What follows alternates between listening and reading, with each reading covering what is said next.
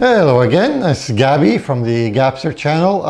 Today we're going to talk about this preamplifier that I bought from AliExpress by Zerozone.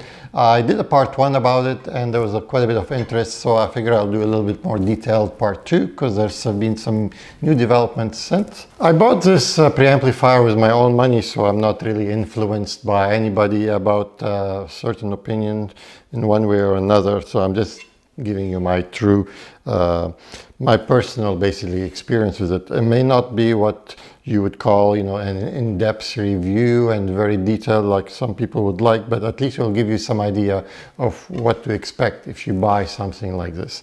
And that was a question I always had on my mind for many years actually, on what would, if I were to buy one of those units, will it be really good? Would it be good? Is it terrible? And so this is kind of give you some insight on that question. If you have not subscribed to my channel, please do so. It will really help the channel keep going. Click on the subscribe button below and some thumbs up, and you can ring the bell and all that stuff. I'm going to get a little closer and have a good look inside and show you the good things and the bad things about this preamplifier. All right, so what do we have here? So we have an R-core transformer, which is decent, and it's got a shield on it, which helps quite a bit. This is a soft start protection system, which is good. It has two low voltage for power supply for the heater element for the tubes, and this is always good to have separation between the two. And also this is the high voltage power supply. The low voltage is really good. I looked at the schematics. The high voltage is very primitive, not a very high-end power supply regulation, but it's not too bad. And we have some film capacitors here. They look decent and beautiful, but we don't know how they will sound. It's always a question mark here, because these are a very important part of the components. Another very important part is the coupling capacitors. There's 4 of them here. They look very basic, those ones. But again, what do you expect for $500? I mean, you could spend $500 on just one coupling capacitor. Things could get really crazy, so you'll have to look at things with a grain of salt here. But nevertheless, they appear to be decent, and it's also worth a try to see how it sounds like that. You have 2 pairs. One first pair of 6922, which is the equivalent of an ECC88 or a 6N11, and the other ones are 12AU7s, which are pretty common. So we're going to try to listen to this and see how it will sound, and we're going to play with some tubes as well and see how changing tubes will sound. The whole idea is to see how an average person who doesn't know a lot of electronics, they buy these things, and with how they can change things, all they can do is change tubes and see how they can make it sound with just some of that, some basic changes that are easy to do. Let's talk about what we don't like about the system. There is quite a long cables that run for the input and the outputs for the selection, which I'm not a big fan of. I wish they have the volume control here and have much shorter runs of the cabling. The cables look decent, but again, they could always be better. And like I said, shorter is always the best of everything. What I don't like about the system is the high voltage power regulator is not so great. It's fairly basic. And other things is, like I said, the coupling capacitors. I'm not too crazy about them. That would be something I would probably the first thing I would change.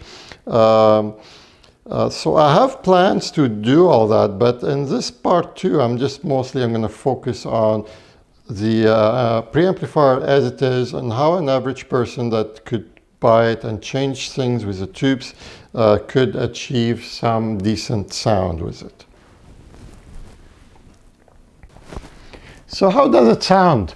First thing I did is I let it play for a good couple of weeks, at least over 500 hours of straight playing, just to make sure breaking all the components, because that's always one thing people ask, well, did you have it let it break in through quite a bit of hours or not?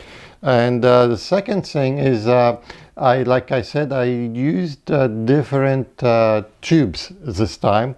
Because last time I wasn't overly impressed with the sound. It was good, but not crazy. I changed the tubes, so I used a pair of considered the best tubes for a 6N11, which is a Siemens CCA. It's made in Germany. These are vintage tubes. They're about $300 a pair. And for the 12AU7, I used some vintage Mullard ECC82 basically, which is the equivalent. I also used some Telefunkens, also vintage tubes. These are some of the best 12AU7s.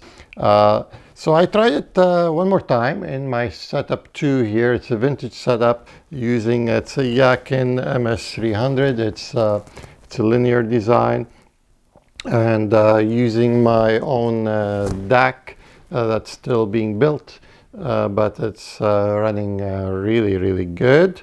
And I also tried different sources, because people say, well, what's like with this DAC or whatever.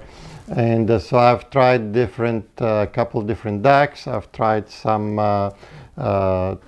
turntables and also a CD player, and just try to get a different feel of all these different sources. It plays nice compared to the tubes I've tried before, which were Softtech, basically new edition tubes. There was a big difference. There was a big improvement in sound. So with the Siemens CCA and the Mullards, the sound was really good. With the Telefunkens is also good. Both have slight small differences in tones, but they're both really good. And I was much happier with the sound this time than what I was before. Basically, it's the tubes made a huge difference in the sound quality. And then we're going to take this and try it in my other setup. With my setup number 1, where I'm using my own GS11 speakers, which you could see a link of those below if you're interested. These are DIY speakers that I built for myself. And I was using a dual Macintosh 275 tube amps. And so I tried it also with different sources. And once again, there was a huge difference with vintage tubes. Made such a nicer difference. The sound was much more open and a little bit more separation and more air, and the imaging was quite a bit better. Now, is it as good as using here my C22 Macintosh as a reference? And my goal was to get as close to that as possible. Not as close. There's a big difference, and it still doesn't have that, you know, the big air, the big separation, and the imaging is just, it's really nice, but just still not there. And the Mullard tubes were more, the mid-range was really good. With the Telefunken, there was an overall nice sound from top to bottom. So these are like the differences between the two types of tubes I used. And I also swapped the CCA Siemens with some Amprex one. And they were good, not as good as CCA. I've tried different tubes actually in that position, and the Siemens CCA seem to be the best sounding ones. But like I said, still not as much as I would like it to be. But again, you know, this is a $6,000 to $8,000 amp, so you cannot compare that to a $500 amp. So you get what you pay for at the end, but you still get a good, you know, 80% of the sound. So it's not bad for the price. It's actually fairly decent. I also paired it with a solid state amp. Here I've got my Krell Cav 300 IL, and the sound was good. I liked it, had a bit more punch, but again, compared to my C22, not the same. I will be doing one more part on this where I'm actually going to be changing the power supply. I'm going to maybe separate the actual power supply from the unit.